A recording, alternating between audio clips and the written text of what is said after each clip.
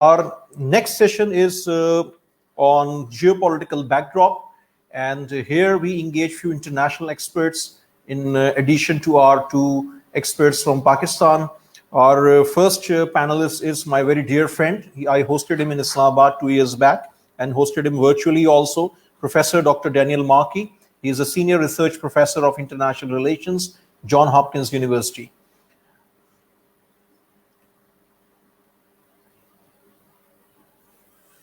Our second panelist is Professor Dr. Adil Najam. He is also the Professor of International Relations, Boston University. Our third panelist is Senator Mushaid Hussain Sayyid. He is the Chairman, Defense Committee, Senate of Pakistan, and Chairman, Pakistan-China Institute. Our fourth panelist is Michael Kugelman, my very dear friend. He's a Deputy Director and Senior Associate for South Asia, Woodrow Wilson Center. Our fourth panelist is Michael Kugelman. Our fifth panelist is William M. Arkin. He's a Senior National Security Correspondent, Newsweek, a veteran military intelligence person. I'm grateful to William also. This is first time with William with Nutshell and Corporate Pakistan Group. And our sixth panelist is Ms. Faria Idris. She's broadcast journalist, writer, and political analyst, and also my class fellow in National Defense University, Islamabad. And our moderator is again none other than CPGN Mosharaf Zaidi, who is analyst, anchor, columnist, and senior fellow Tabadlab. So I'm grateful to all the panelists who are joining here. And over to you, Mosharaf. Now this is your show for next 60 to 70 minutes. We have enough time. We are managing the time. The time is right now 5:28 in Pakistan and 4:28 in Dubai. And our original time to start this discussion was 5:30 p.m. So over to you, Mosharaf. And again, thank you, Daniel, Michael, and William, and also Faria and Mushahid, and also Adil. Thank you, Asfar. I first want to acknowledge you and your leadership in putting together not just the previous panel, but this whole conference, and also for you to be as sensitive and responsive to concerns about representation and inclusivity. I really think it's a very important example that you set when you are as responsive as you have been. So my personal gratitude to you. This is a fantastic panel, and there's friends of mine. The first thing I want to say is I'm very upset to see Michael's beard having disappeared. And I hope it has nothing to do with events in Kabul, but we'll talk about that in a moment. Asfar, if you could mute, because I could hear you there. Thanks. Okay. And I'm so happy, Faria. Thank you for joining this panel. I have a bunch of questions, and I know you've been hosting other sessions, so grateful that you've overcome any kind of fatigue and have been able to join us. I want to start with you, William. I haven't had the chance to ever meet you, but I'm delighted you're on the panel, and I wanted to ask you about a question that has haunted me ever since the crowd at Kabul airport started building up. And then we started hearing about really scary stories from many friends who are foreign correspondents. As you know, for the last 20 years, anyone that has served the press in Afghanistan has also served the press in Pakistan, has been through Islamabad. So there's a lot of personal relationships as well that are involved here. And in talking to people from the Wall Street Journal, from the New York Times, from other outlets, CBS, ABC, one of the big fears was whether or not Afghans who had worked for these organizations would be evacuated or not, because that was the right instinct. In that moment, you just want to account for everybody that you know and try to get them out. But as soon as this started to settle in, for me, that was about 2 days ago, I started to think about what that means for what's left behind. The kind of gaping hole and the vacuum in terms of voice and capability and access and being taken seriously by newsrooms in other places. What impact is this hollowing out of, I think it's a wider civil society and brain drain question, but specifically on hollowing out the foreign press and its relations and its contacts within Kabul and around the country. A, is that a fear that is legitimate? And B, what do we do about it? How do we address that? How are you thinking about it? What are friends of yours thinking about this? William? Thank you for having me here at this conference. I really appreciate the invitation. I'm in California, so it's dark right now in the early morning. When I saw that the title of the panel was Geopolitical Implications, my first thought was that it has nothing to do with what's going on today, because in the long term, what will happen in Afghanistan is what will be made by the people of Afghanistan, and the United States will have very little influence over that. Like other countries where the United States has been at war in the past, the United States will lose interest in Afghanistan rather quickly. The Pentagon is already struggling to transition from an era of terrorism to great power competition. And that leaves Afghanistan and much of the Middle East behind. Only in the context of Russia and China are Afghanistan important to the United States. I'm articulating, of course, what the U.S. government sees. And to some degree, I guess I think that though there is a tragedy unfolding in Afghanistan today, the importance of Afghanistan to the United States as a trading partner, even as a geopolitical player, is minor, and the articulation that you get from most people who aren't Afghanistan experts is that in essence we need to take care of Afghanistan as a matter of honor, to honor those who served with the United States, and of course to take care of Americans who are stuck in Afghanistan, and then second, that the only danger of the Taliban being in power is that there might be a renewal of Al-Qaeda or other terrorist organizations who have the sanctuary of an Afghanistan without the United States. And I find the first to be sensical, and we should move quickly to evacuate those who want to leave. And then second, I find the terrorism argument to be weak. ISIS and other organizations are emerging in other parts of the Middle East and Africa, and the terrorist threat to the United States is well diminished since 2001. As for the future, I tend to want to shake people who think about and voice Vietnam in their comparisons, that this is another Saigon, that this is another Vietnam, and yes, the images from Afghanistan and the human tragedy in Afghanistan is certainly serious.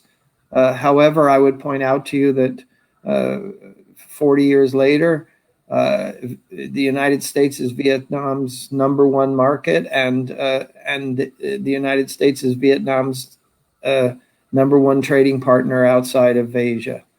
And Vietnam is a vibrant and live society. And I feel to some degree that I'm pessimistic that Afghanistan will be able to join Vietnam in that way. It's a monoculture, and Afghanistan is not a monoculture.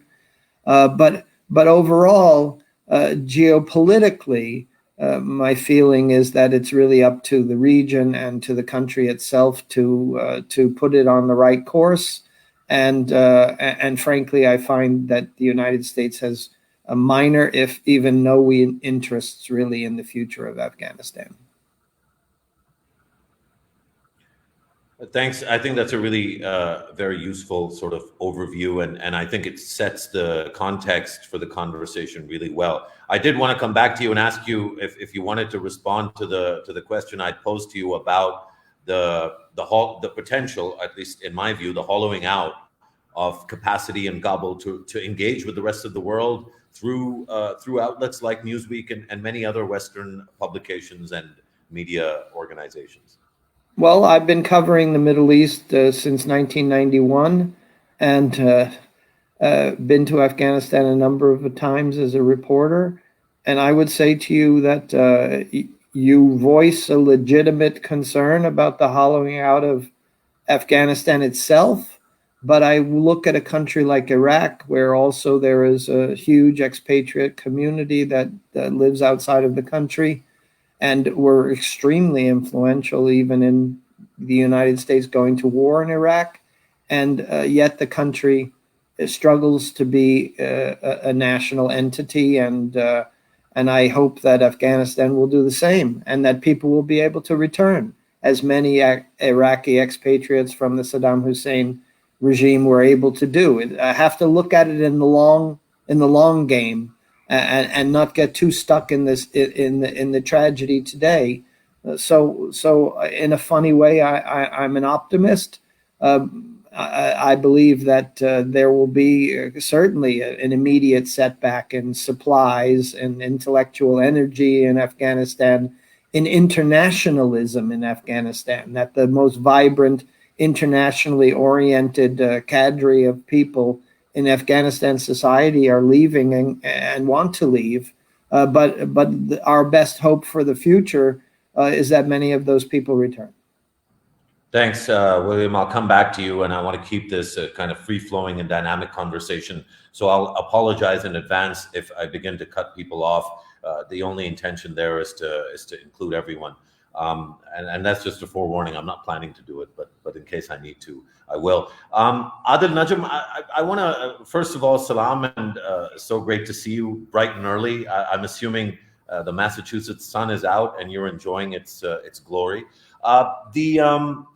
The question I had for you is maybe a little bit tougher, because you're sitting over there and you don't have the benefit of pressing the flesh and engaging directly. But in my view, there's been a number of what I might categorize as irresponsible public statements from senior Pakistani officials, both in government and those that have held senior titles in this country. They are products of a republic and a modern sort of Westphalian democratic republic at that. Combine those irresponsible public statements with what I feel is a very deep sense of anger amongst many of Michael Kugelman and Dan Markey's friends and associates and colleagues across Washington, D.C., New York City, and London, and around the world. When we put those two things together, what does that mean for Pakistan, Professor Adil Najam? And how can we best deal with the fallout of that corpus, if you will? Adil Najam. Thanks, Mosharaf. My own honest sense is we should not put the two together. I have spent the last 3 or 4 days explaining on Pakistan television that a silly editorial in the in Wall Street Journal does not represent U.S. policy, and silly statements by silly people or exaggerations by individuals in Pakistan should not indicate that. There's no dearth of silly statements, and there's no dearth of exaggeration. There's no dearth of posturing, because also the event is so much. And frankly, the reason I say that is not to minimize it. It is because these statements have very little to do with Afghanistan. They are a reflection not of what's happening in Kabul. They are a reflection of the state, the abysmal state of US-Pakistan relations. They are a honest reflection of the distrust, whether they come from the US. So, you could list that in the US, and I have just learned to develop a thick skin and a big smile and realize that, when relationships are not good, then lots of things are said that need to be ignored. I think both in Islamabad and in Washington, that capability needs to be developed. So in a way, I do think I 100% agree with you that some of the statements and some of the Urdu word is chaske, sort of gloating that one sees is not just unbecoming. It is destructive, and it is not factual, and it is erosive. All of that is true. But all of that should also be expected, given that the relationship, and I'm not talking about Afghanistan, I'm talking about US-Pakistan, is in tatters. There is no one, Dan Markey is here, and I have the highest respect for him. Michael Kugelman is highest respect for him. There is not a single source in Washington, in the US, single person in the US who believes anything you have said. And I say that with great respect, because let me also say there is not a single thing they will say that you will believe. That's the status of the relationship. That's the relationship that needs to be rebuilt. So you are right. These statements do not help. Neither do those sort of things in the Wall Street Journal help, nor should do these silly tweets help, nor does the gloating help. But that is where we are in this relationship, and I would like to see them being used as an indication of why the relationship needs to be mended, rather than creating sort of false narratives of all is well. Thanks for that, Adil. I think I want to continue down that path, but I'm also conscious that I want to get in a little bit of sort of specific input from everyone. And I wanted to turn to you, Dan. You've looked at this region in the kind of depth and detail that few people have. I have a sort of maybe a theory that I've put out publicly as well, and that I'm even more convinced of than before, and that is that the kind of expertise that was contained within the Biden administration, this withdrawal is not a good reflection of that expertise, and so when we try to think about the gap between how good these people are at their jobs, or supposed to be at their jobs, and how poorly this withdrawal was managed, there's a bunch of informants of that gap. But the principal informant, it seems to me, was the obsession in Washington, D.C. with China. A, I want you to talk about whether or not that's true or not. And B, whether it's true or not, what are the implications of the China angle on U.S. and its approach to Afghanistan moving forward? Dan Markey. Yeah, hey Mosharaf, great to see you and great to see everyone else. I hope you can hear me all right.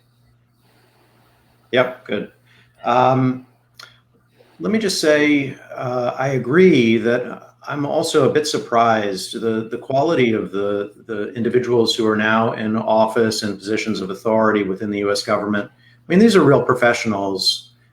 To see events unfold as they have in Afghanistan over the last few weeks is really distressing for so many reasons, but at least in part because people who ought to be better at this allowed it to happen. So that's the near-term issue, and I don't have an answer for that yet. I think we'll be reading that in sort of TikTok news articles and books for years to come. But let me get to the question about China and an obsession or a distraction by China that you posed, because I think that's an interesting one.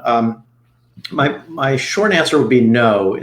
Things in Afghanistan haven't unfolded as they have because of a distraction or obsession with China. We've been distracted from Afghanistan almost since the very beginning. We can go back to shortly before I was in U.S. government when we invaded Iraq and say that the distraction of Iraq led us away from Afghanistan early on. And that distraction has persisted all the way through. Only a superpower like the United States can fight a war on the other side of the planet and not really be paying very close attention to it, and for 20 years. And so that distraction is not just a China story. I would also say it doesn't, our policy in Afghanistan, as troubling as it has been over the last few weeks, doesn't reflect a kind of a lack of attention to the decision to leave. There have been reportedly, dozens of senior mid-level meetings during the Biden administration alone about this decision. This is something that President Biden has thought about for years, didn't come too lightly. In fact, has chosen to pursue this path, not necessarily the specific way of it unfolding, but the decision to leave Afghanistan writ large, has pursued this in spite of some opinions from senior U.S. Military leaders and many people outside of government. So this isn't the product of distraction or confusion. This is a considered strategic decision. And then with respect to China, the core point is, yes, the United States has decided over the past at least 10 years that the single organizing strategic principle of American foreign policy ought to be great power competition with China at the center of it. and ought not to be the organizing principle of, say, the global war on terror that was the organizing principle shortly after 9/11. And that shift is not, again, a distraction, but a sense of prioritization. That if the United States is going to sort of maintain itself geopolitically effectively, it needs to focus on the real challenges. And the real challenges are not in Afghanistan in the same way that they were in the past. Now, I hope that's correct, because the decisions we've made in Afghanistan have led us out of there. And if that, in fact, ought to have been our priority all along, then this is a huge blunder. But we'll see, and that does reflect the views of the administration, I think. Thanks, Dan. Again, like with everyone, I am going to try and make sure that we come back to you and hear more from you. That's profound and thoughtful and insightful all in one, as usual. Faria, the humanitarian crisis. First of all, some friends have taken an issue with this framing that there is a humanitarian crisis. But to me, watching a 16-year-old football player, an Afghan, who is flesh and blood, a brother and a son to any of us. We're all, at the end of the day, we're all human beings. But I think as Pakistanis in particular, there should be a degree of compassion that informs our primary lens on Afghanistan. So there is certainly at Kabul airport and possibly beyond that, kind of a slow-moving humanitarian crisis. The immediate one is, of course, the chaos of the Taliban taking over. But sooner or later, there's going to be an economic crisis as well. In light of all of this, it seems to me that so many of our conversations are about geopolitics. They're about the press freedoms. They're about even women's rights as an idea, but they're not about the human experience of being an Afghan today. Do you agree with that framing, or do you think that we're including Afghans in our analysis enough that it doesn't merit revisiting?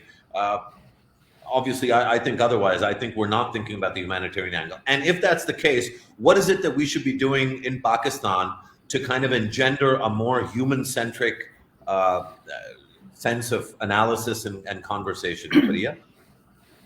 Thank you, Mosharaf. First of all, a very warm hello to everybody. Thank you so much for inviting me. It's a great initiative. I've been listening to you and the other members, and I've learned a lot. So I'll give you my perspective from a journalist's point of view. And I know, Mosharaf, you've always highlighted about the plight of people of Pakistan, of Afghanistan, the refugees, and whenever there's a war, the human angle always, especially in journalism. I remember when I was doing my master's in journalism from England, my tutor told us that the first time the reporter was reporting on the Afghanistan war, when it just started, and they played a clip from Sky Television, and the report was that this number of helicopters have just come back to Afghanistan, and this is what they have done, and this is the report. But the reporter was actually reading from an excerpt given by the security forces. So it was not really journalism. It was sort of reporting that you do in such conflict times. And whenever there is conflict, the real stories compromise. And in that way, I agree with you. Having said that, there have been people who've tried to do that. Afghan people themselves have come out and shared their stories. But when you talk in particular of refugees, then that's a tricky situation. We know the previous Afghanistan war had a huge influx of refugees coming to Pakistan. They went to Iran. Iran had a different model. Pakistan had a different model. And over the years, we realized that this has been a problem for us. Like throughout the war in Afghanistan, we were always labeled as giving sanctuaries to terrorists, and Pakistan's point of view has always been that there's a large influx of refugees in Pakistan. It's very difficult to keep an eye on who's coming and going. That is why we started building the fence. So that becomes a geopolitical angle then. Unfortunately, at that point, the human story converges into a geopolitical story. And that, again, is the sad reality of this war.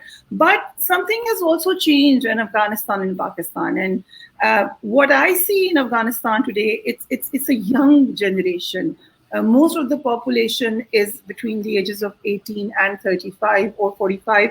And that's how we see Pakistan also. It's a very young generation. So perhaps 20 years down the line, we can now hope for a better people-to-people contact, not just between Pakistan and Afghanistan, but also more stories of Afghanis coming out. And maybe we will finally get to hear what they want. Pakistan's point of view in that way is, again, different and very clear. They say that we want Afghanistan to decide what they want. But again, as a journalist, there are a few things. I know the political narratives are always correct from their angle, but as journalists, you have questions.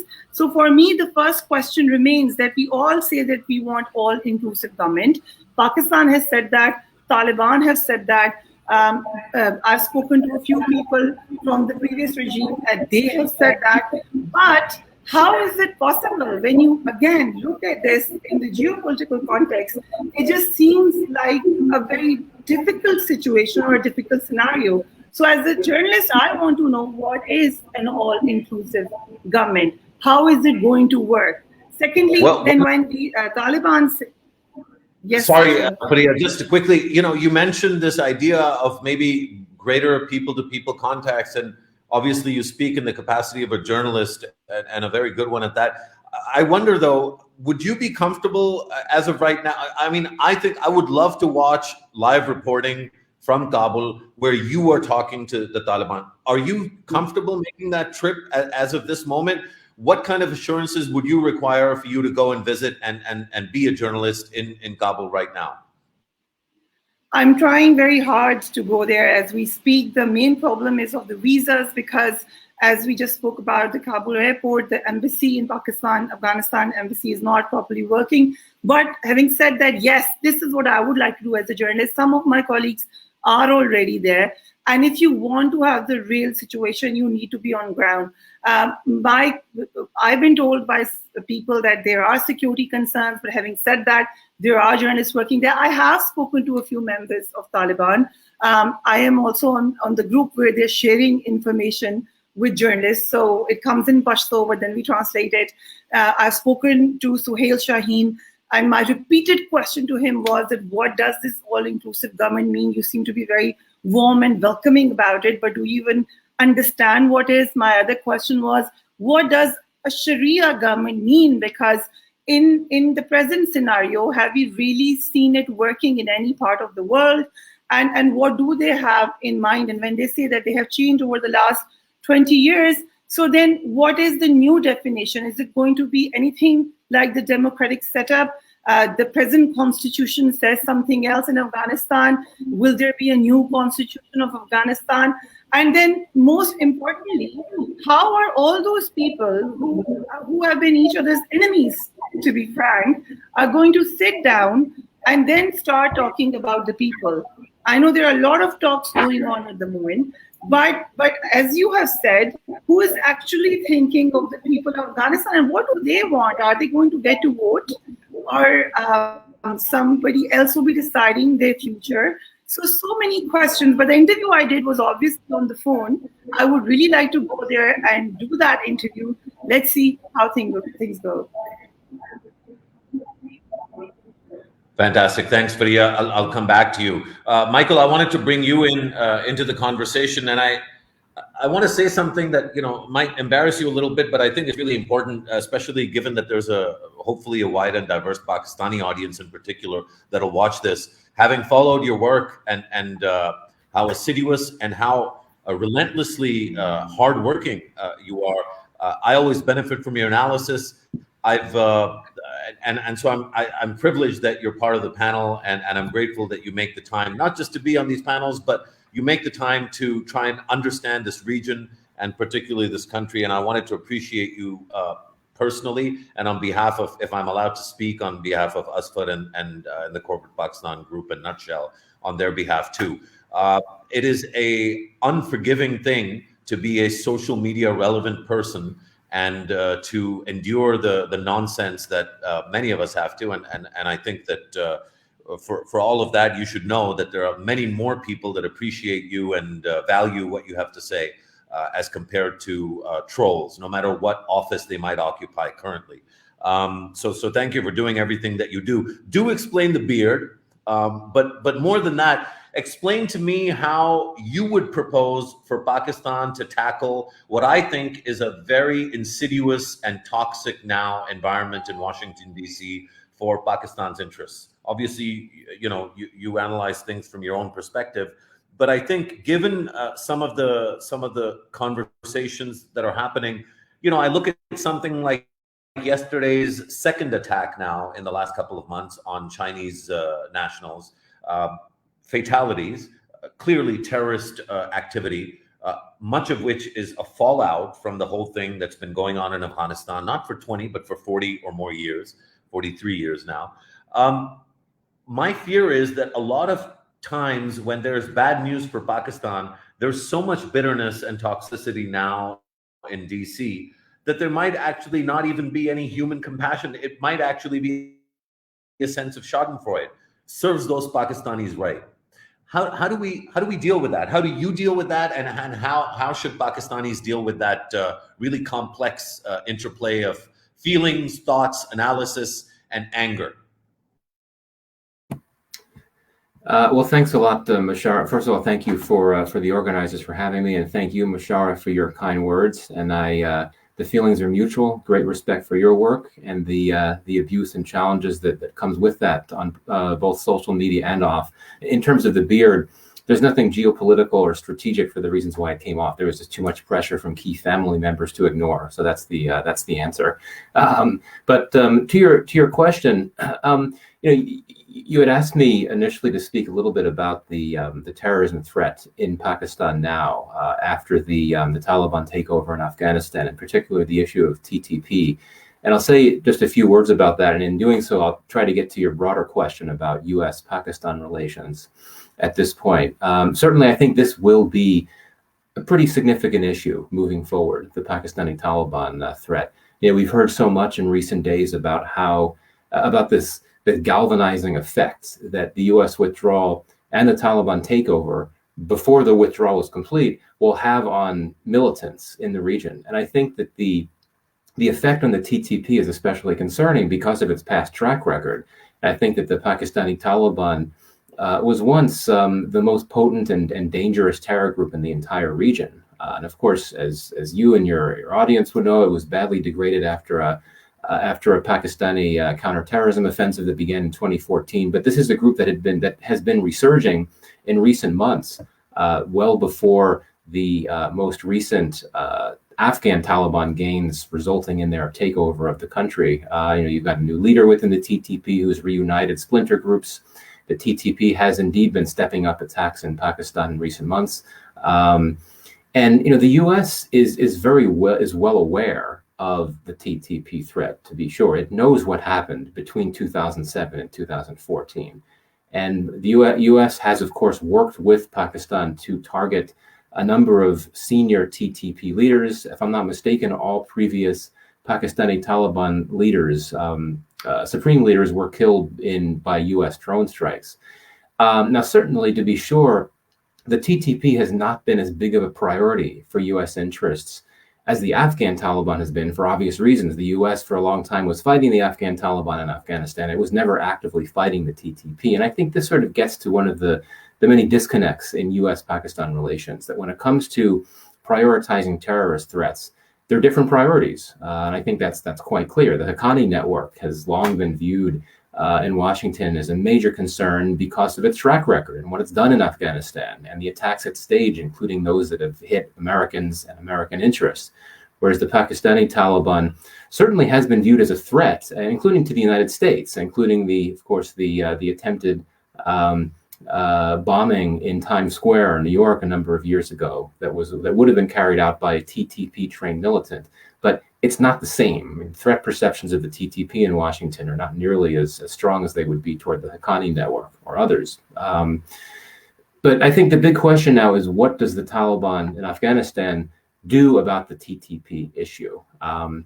I think Pakistan will understandably want to pressure the Taliban to go after the TTP leadership, which of course is based in Afghanistan. And will this happen? This is going to be a question that many will be discussing. The Afghan Taliban and the Pakistani Taliban have partnered together in some attacks inside Afghanistan over the years. There are ideological linkages. The Taliban in Afghanistan is not known for turning on like-minded groups based in Afghanistan. And, we oftentimes hear from Islamabad that Pakistan's leverage over the Taliban has diminished over the years. And if that's true, we can't necessarily expect Pakistan to pressure the Taliban in Afghanistan to make a decision that it's uncomfortable with, e.g. turning on the TTP. But, that said, if the Taliban's looking for ways to gain some form of legitimacy and recognition from the world, going after this horrible, potent terror group like the TTP would conceivably strengthen the counterterrorism bona fides of this new Taliban government. It sounds weird to say that, but just to put that out there. The U.S. is not going to be involved in efforts to target the TTP in Afghanistan. To the extent that you have U.S. counterterrorism activities that would occur through this so-called over-the-horizon arrangement, those would be monitoring the likes of Al-Qaeda and ISIS, the groups that the U.S. considers to be the major threats to the U.S., including the U.S. homeland, not the TTP. Just in the last few hours, there have been reports that there could be efforts to launch some type of negotiations between the Pakistani government and the TTP to stop TTP attacks, at least in KPK province, but that's still emerging. So, that's where I see things. I think that the future of the relationship between the U.S. and Pakistan is very uncertain at this point. I think that's the best way to leave it right there. I do not think that the U.S. wants to see Pakistanis getting hit by terrorist attacks. That certainly is not the case. So to your point earlier, which I know was meant to be provocative, that's not the case at all. Here in Washington, officials in multiple administrations have repeatedly acknowledged all of the deaths in Pakistan that have come from terrorism over the last nearly 20 years. And the U.S., I think, will continue to see Pakistan as an important player, and especially so now, given that you're going to have what will assumedly be a Taliban government, a Taliban-led government, a government that is probably going to be consisting of entirely Taliban leaders in Afghanistan. That will give Pakistan more influence in Afghanistan on overt levels. It'll give Pakistan influence over the government. And that's not something that the U.S. will take lightly. I'm not going to say the relationship is going to broaden. As was noted before, the administration wants to focus on other issues, strategic competition with China. And that, of course, doesn't work well for Pakistan because it's allied with China. But I do think that the U.S.-Pakistan relationship is not going to drift away or anything like that, nothing like that. So I'll end there. Well, hopefully, yeah, we'll come back to you. So hopefully it's not an end, but a great start, Michael. As you were speaking there about Pakistan having more influence in Afghanistan, I thought of the great Chinese curse, which is, be careful what you wish for because you just might get it. William, if it's true that Pakistan has spent the last 2 decades yearning for influence and greater, I guess greater influence is the kindest way to put it in Afghanistan from a Western perspective. And is it also true now that in a sense Pakistan will be on the hook for the behavior of the Taliban government? And do you think that's fair? And will it matter whether it's fair or not? Particularly in terms of the view from the Pentagon, so many mid-level and senior officials in the Pentagon are veterans of the Afghanistan sort of experience. And they have taken away from Afghanistan, among many other things, a sense of really deep distrust and anger and bitterness in terms of what the Pakistani role in Afghanistan from their perspective has been. That's obviously not something that Pakistanis agree with, or at least certainly the Pakistani government doesn't agree with. But just talk a little bit about the mindset in the U.S. government, particularly in the defense establishment, and how this will play out if things in Afghanistan go sideways as far as the behavior of the Taliban with respect to the burden of that Pakistan might have to carry. William? Thank you, Mosharaf. Well, when I look at the Washington attitude. I first would like to point out it's not the American attitude. I think there's a deep divide between what the Pentagon and what Washington national security experts believe and think, and what the American people believe and think, which is practically nothing about Pakistan and Afghanistan. So to me, the best answer to your question in terms of trying to think about what the national security community thinks of Pakistan, there are two major factors. One is Pakistani nuclear weapons and its nuclear capacity, and then second is the question of Pakistan's support for and aid to Afghan groups which are contrary to American interests. And but I don't see necessarily, once this period right now is completed and there is some level of stability in Afghanistan, if that can be reached by the Taliban, that the United States will be very engaged. I know that there will be experts who will be very engaged, but I feel like the Pentagon is ready to move on. And to some degree, their passive-aggressive response to the collapse of Afghanistan, and even maybe their inability to see the coming collapse of Afghanistan, is emblematic of the fact that the Pentagon is losing interest and has been losing interest for a long time. And this was the end result. But there's another factor that I'd like to bring in, because it's important in terms of my understanding of how the United States and the U.S. military sees this part of the world. Yes, it's true that there are many veterans of the Afghan war who are now speaking up. We have no end of these veterans. This has been 20 years. And so we have many people who want to argue that the honor of the United States and the honor of their service in Afghanistan is important to the decisions that should be made today and tomorrow about what happens in Afghanistan. But I would say this is my personal observation. I can't think of a general, from Lloyd Austin to Petraeus to McChrystal to anyone else who is an influencer today, who has commanded forces in Afghanistan, who I would say to you are worthy of being listened to, which is to say that they were profiteers, if you will, of 20 years of war. And it's ironic that the architects of the failure of U.S. policy in the Middle East and of our endless wars there are the ones that we look to now for national security advice.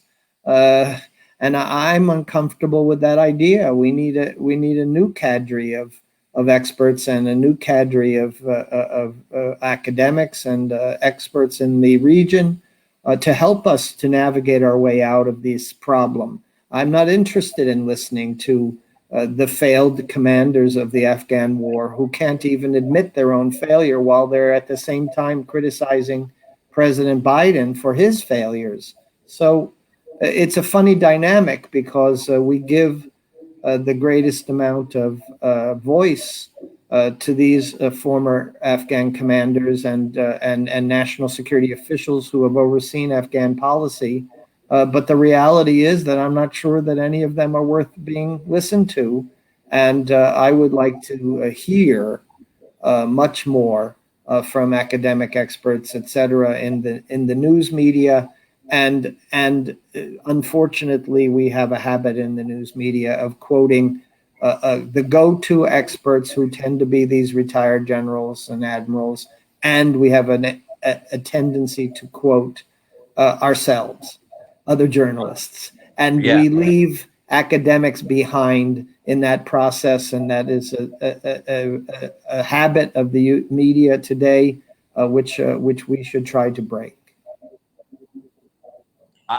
William, it's strange. It's a strange feeling to be a Pakistani that's going to defend the U.S. political system. But first, we're luckily joined by at least 3 academics on this panel: Dan Markey, Kugelman, and Adil Najam, 2 of whom are very senior, and one of whom is a rising star in this field and has never served for better or worse. And so therefore, this is a pretty good panel from that perspective. But I'll also say maybe you're a little bit harsh on the decision making. Like, I think the conclusion is the same. It's hard to look at Afghanistan at any point in the last 20 years, especially for a Pakistani that has tried to constantly explain to both US generals, retired and serving, and friends in academia and the think tank world, that the way in which Pakistan is formulated has been the wrong formulation. And I think a lot of the bad decision making or conclusions that have been arrived at in Washington have been a product of that. Having said that, McChrystal was fired, Petraeus was laid off. Those 2 are the big ones, but there's plenty of other generals whose voices were not treated at par with civilian input in the US system. I think as far as civ-mil relations go on the Afghanistan question, the generals have had some sway, but they haven't had the dominant voice. When John Nagel and the Coinistas were pushing for 350,000, maybe Obama should have gone with 0, which is what Biden wanted. But when he came out at West Point in 2009 and announced, I think it was 35,000 and then a drawdown, he was actually not listening to the generals, despite not listening to the generals. And in fact, today, Dan, I want to bring this question to you. I think that there's a lot of generals. I've seen some statements by Petraeus and others, but in the US system now, there's going to be a real, I think, reckoning. And maybe you can speak to whether that's true or not. But my suspicion is there'll be a real reckoning about the degree of how much the generals in Washington are heard and listened to, and the degree to which civilian political analysis and insight is informing these kinds of decisions. Clearly here, it's the civilian input that is dominated. What is your view of what William has said and my formulation of that in terms of West Point and everything after? Well, it's a great set of issues, and you're absolutely right. It'll continue to be a debate. For my money, I think my challenge is that often I've seen American generals, you mentioned McChrystal, for instance, confronted with kind of impossible tasks. They're being asked to do something, say in Afghanistan, with a certain amount of force and resources that when they start to talk to people, they realize won't do it. So their knee-jerk reaction is that they need more. But the problem isn't just that that's the wrong knee-jerk reaction. The problem is that they're being asked to do something that's incredibly difficult, and that their political masters, I'd say, even in the case of Obama, had an inflated expectation about what could be done in a short period of time in a very challenging environment like Afghanistan. So he was willing to surge, but for 18 months.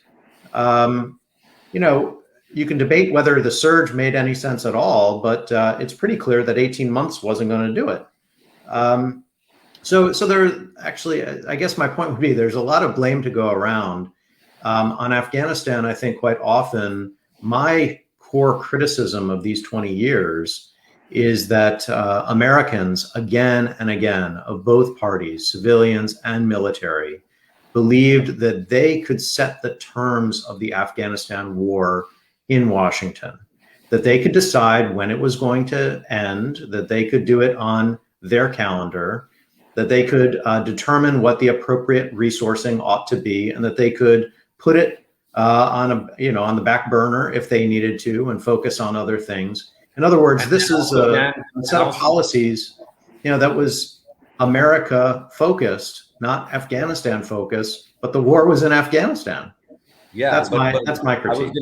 I was going to add to that list of things that the Americans thought they could do, which is to hand Afghanistan to the Indians to the detriment of the Pakistanis. I'm sad that didn't make your list there. Yeah, I didn't see that one happening, but we can agree to disagree on that. But I don't think that time and again, you asked at the beginning about distraction. I'll just tell a really quick story. I was asked repeatedly to come in during the Bush administration after I had left government to come in and talk to senior national security officials about Afghanistan. But frequently those conversations took place in the context of an hour-long discussion, say with somebody very senior in the administration, on both Iraq and Afghanistan. And it would be 55 minutes in that we would be talking about Iraq. And then at the end, they would turn usually to me and say, well, what have you got on Afghanistan? We've got, about 5 minutes left. That's the kind of, to me, that alone gave me a sense as to where the prioritization of this war was, certainly in that administration. And while others have, certainly the Obama administration had a very serious process and policy process in place, I think they really just felt that we could do this the way that we wanted to do it, not the way that the region or the country in Afghanistan demanded that we do it, if we were going to do it at all. Thanks, Dan.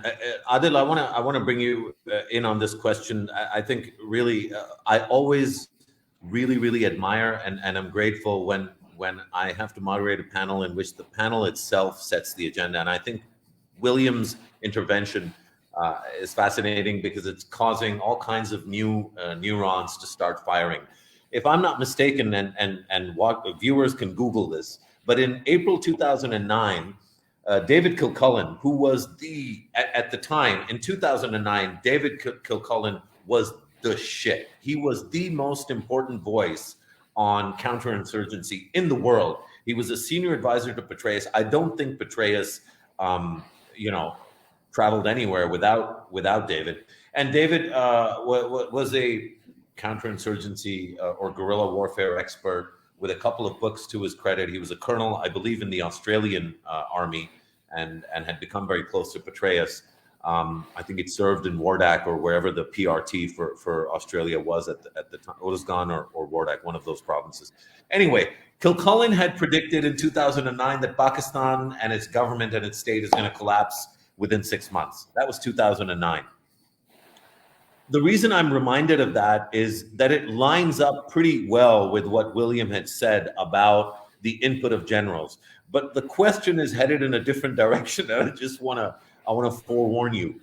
If American generals, with all of their resources at their disposal, with the best minds, supposedly, like David Kilcullen and so many others at their disposal, with the best technology in the world at their disposal, with a state system and structure, with things like DARPA and other institutions of American ingenuity and innovation at their disposal, if they failed so badly and so spectacularly in Afghanistan, what might be the fuel that informs the kind of overconfidence that at least in some cases we're seeing, at least from unofficial sources, in terms of the Pakistani military establishment's sense of security and confidence with respect to what's going on in Afghanistan? Adil?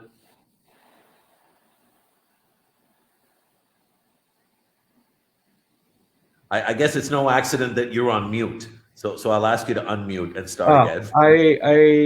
Am I heard now? I don't think I can. Now we can hear you. Okay. Thank you for that. If I understand the question right, and if you allow me to say something that some may not like, I hope, I'm not sure the hope will be fulfilled, that the relationship, again, I'm talking US-Pakistan, not Afghanistan, gets out of the hands of the US generals and the Pakistan generals. In some ways, on both sides, that's been the case. And by that, I'm not making a superficial statement. Because this relationship has been defined by a war clout, it became logical for it to be so. And what I'm saying is, can it get out of the war clout? I don't know, and I don't think so. I don't think it's easy, but here's the point. The charge on Pakistan from Washington is that Pakistan makes promises that it does not keep and does not intend to keep. The charge on Washington from Islamabad is that Washington expects Pakistan to deliver what it knows it cannot deliver and therefore forces those promises. The charge on Islamabad from Kabul is that Pakistan is paternalistic and interferes and keeps talking about this special relationship as if this is not about Kabul, this is about Islamabad. And part of me, you know this, you and I somewhat differ, I think, on this point. I think AFPAC was a stupid idea and a dangerous idea. And I see right now today a small opportunity that will probably not be taken to disentangle AF from PAC in terms of US relationships. What I worry about is not those silly tweets. What I worry about is the implication that sometimes Pakistani statements have, we can help you in Afghanistan again. No, you can't. What I worry about is sometimes, there's not silly editorials in the Wall Street Journal, but sometimes within those, the thought that we might need you to help us.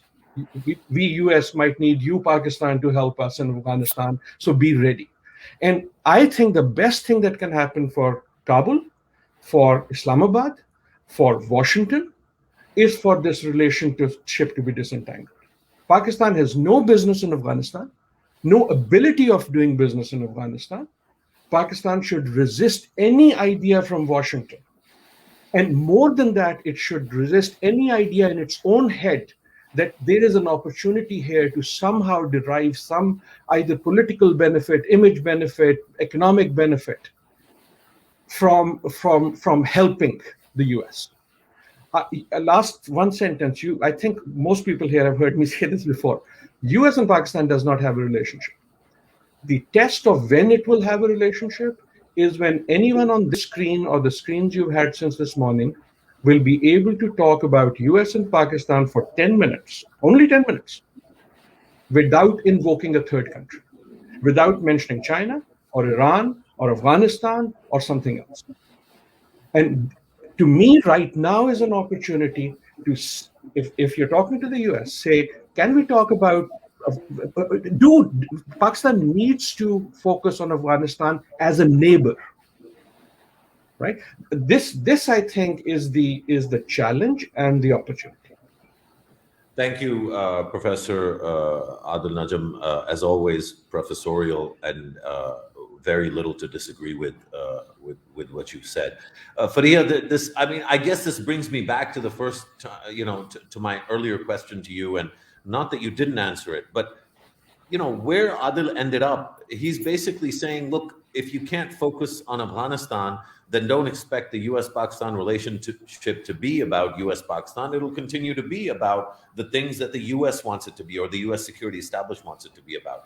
And to me, it seems the only way that's possible is if our internal Pakistani conversation is laser focused on the people of Afghanistan, not the system of governance in Afghanistan, not the schadenfreude or the joy that some people might get at supposedly the humiliation of Afghanistan, but to focus on the fact that no matter who won or lost the war, the people of Afghanistan have been suffering for 40 years.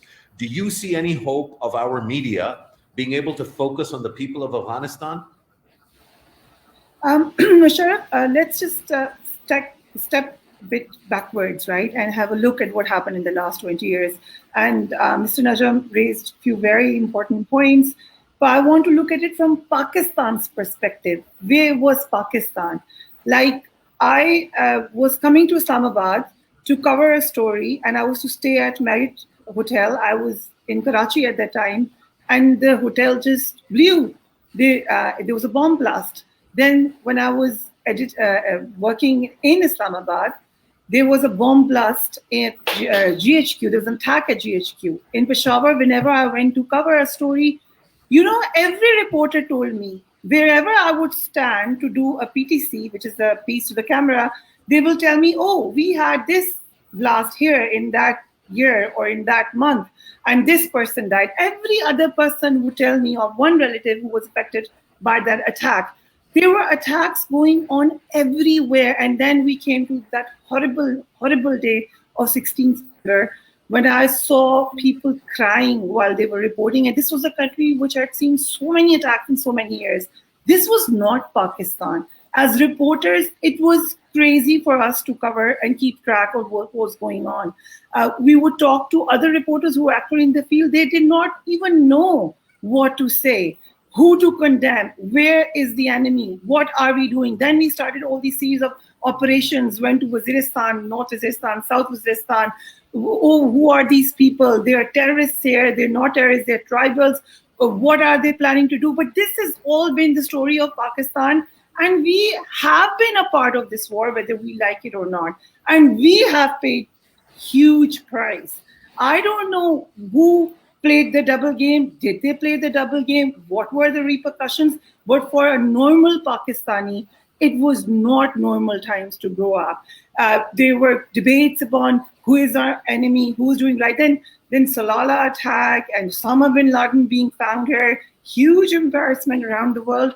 We've all been through this. And I don't think there's any single Pakistani, including our Prime Minister, who wants to go through that again.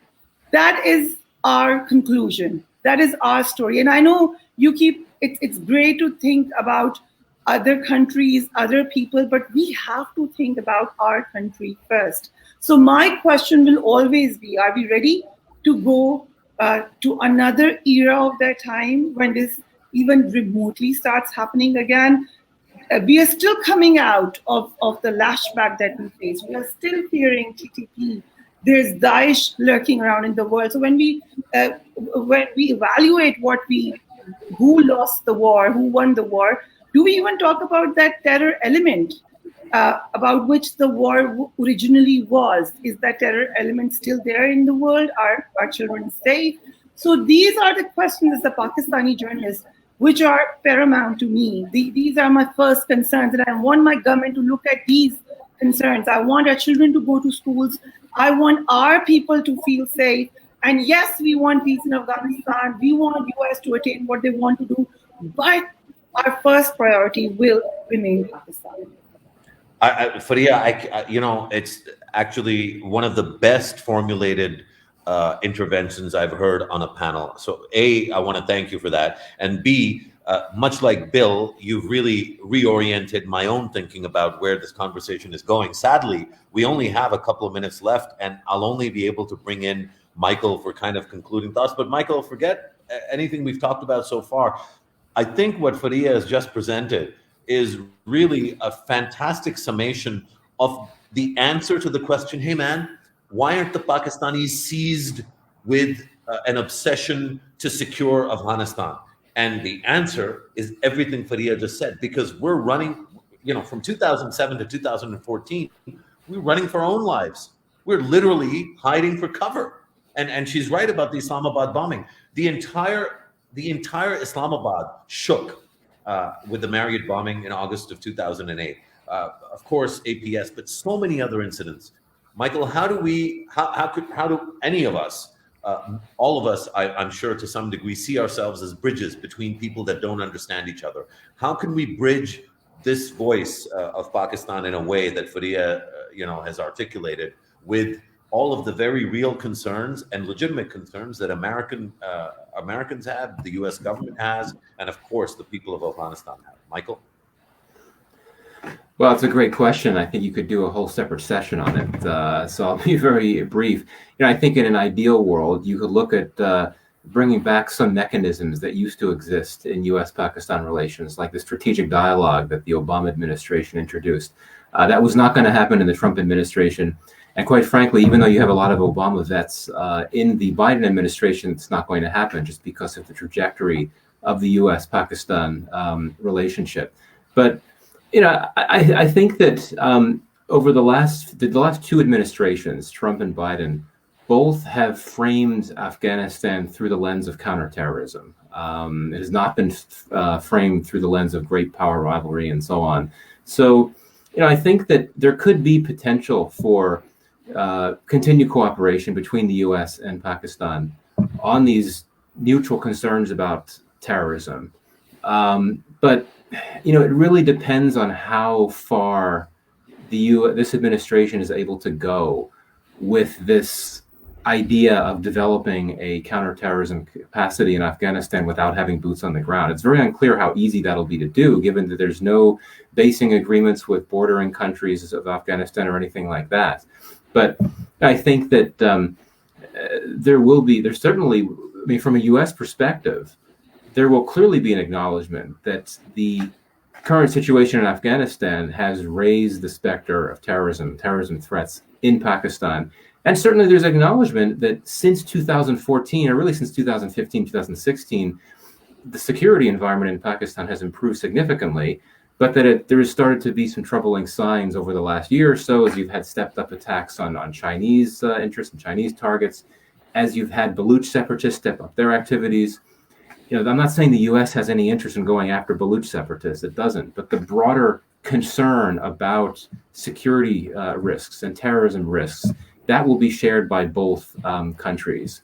But I don't think that the U.S.-Pakistan relationship is not at a point now where the two sides could sit down and try to talk about broader issues, broader cooperation. The U.S. continues to look at the relationship with Pakistan through a pretty narrow lens, and that being security-related issues. Now, the only way to answer Adil's great question about how to have a conversation on U.S.-Pakistan relations without discussing India or Afghanistan or China is if you focus on non-security issues, like more trade, cooperation on climate change. It sounds great, but I just don't think that's a realistic lens from the perspective of this administration in Washington, nor the previous one, for that matter. So it's important to have conversations like this, people outside government, people-to-people conversations, so on and so forth. I think that's one way forward. Well, we can thank our host and the organizer, Asfar, for arranging this and mobilizing such a great group at such short notice. A special thanks to William Arkin, who in the early hours of the California sun, or rather the absence of the California sun, participated in the conversation. As always, Dan, it's always a pleasure to hear you. Michael, thank you for, as always, your insightful views. Dr. Adil Najam, my love for you is the stuff of legend and it needs no words.